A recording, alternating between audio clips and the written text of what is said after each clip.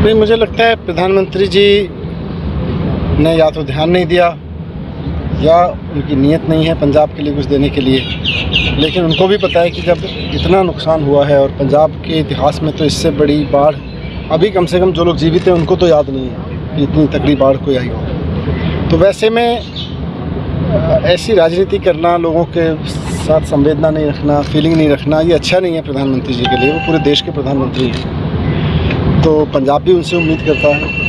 लेकिन उन्होंने कल उम्मीद तोड़ी पंजाब के लोगों की, तो हमें उम्मीद थी कि शायद कुछ मदद करेंगे।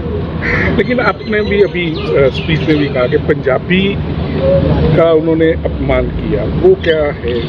देखिए, ये ओवरऑल यही पहली बात तो यही अपमान है कि भाई इतनी विपदा झेल रहा है पंजाब है, आप आए और 1600 करोड़ रुपए की बात करके चले गए, जबकि इतने बड़े पैमाने पर लोगों का नुकसान हुआ है। ये सब की ज़रूरत थी।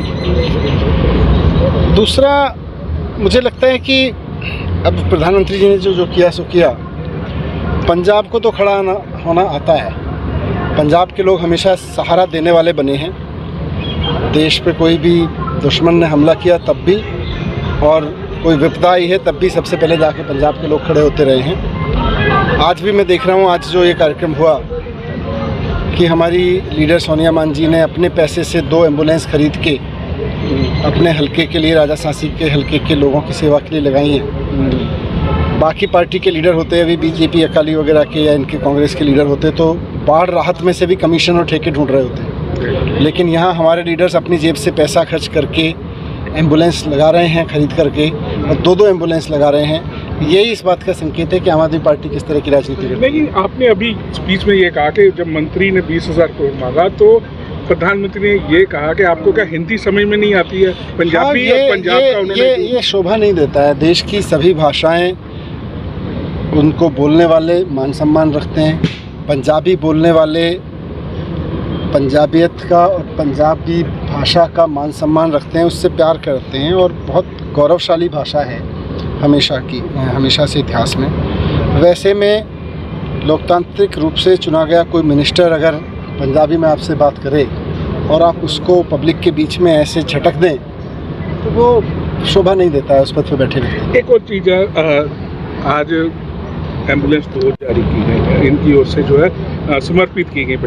पंजाब गवर्नमेंट की क्या तैयारी है? आप पंजाब के प्रभारी हैं, सीएम से बात की होगी? पंजाब गवर्नमेंट की पूरी तैयारी है। पंजाब गवर्नमेंट में जैसो कल सीएम साहब ने अनाउंस किया था, उन्होंने पूरा प्लान, हालांकि वो हॉस्पिटल में थे अभी, लेकिन उस दौरान भी उन्होंने सारा प्लान तैयार करके कैबिनेट मीटिंग हॉस्पिटल से की और उन्होंने सारा अनाउंस किया है। मैं सिर्फ इतना कह सकता हूँ कि मान साहब ने जो अनाउंस किया है, हेल्थ कैंप लगाए जाएंगे, पशुओं का वैक्सीनेशन शुरू होगा।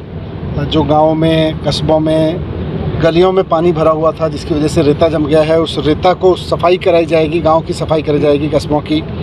खेतों में जो रेता भरा गया है उसके लिए पॉलिसी चेंज करके किसानों को अनुमति दी जा रही है। और जो मुआवजा है, जो उन्होंने अनाउंस किया कि 20,000 रुपये प्रति घर के हिसाब से, जो जिनके घर पूरी तरह से टूट गए हैं, जिनकी खेती बर्बाद हुई है, उनको भी मुआवजा। तो इस तरह के मतलब 20,000 तो उन्होंने खेती के लिए किया, खेती के लिए उन्होंने दिया। तो जो भी उन्होंने अनाउंसमेंट किए हैं, मैं चाहूँगा कि मेरी पार्टी के सभी कार्यकर्ता, सभी लीडर्स मिलके ज़मीन पे सही आदमी को सही फ़ायदा पहुँचे, उसके लिए। पिछले मई महीने में यहाँ 30 लोग मारे गए थे अवैध शराब पीने के कारण। उनको जो मारे गए उनको 10-10 लाख रुपया दिया गया, लेकिन जो बाढ़ में मारे गए उनके लिए अनाउंसमेंट में काफ़ी कम जो है राशि जो है घोषित की गई। क्या वो बढ़ाने के लिए आप पंजाब सरकार को कहेंगे? मैं देख लूँगा।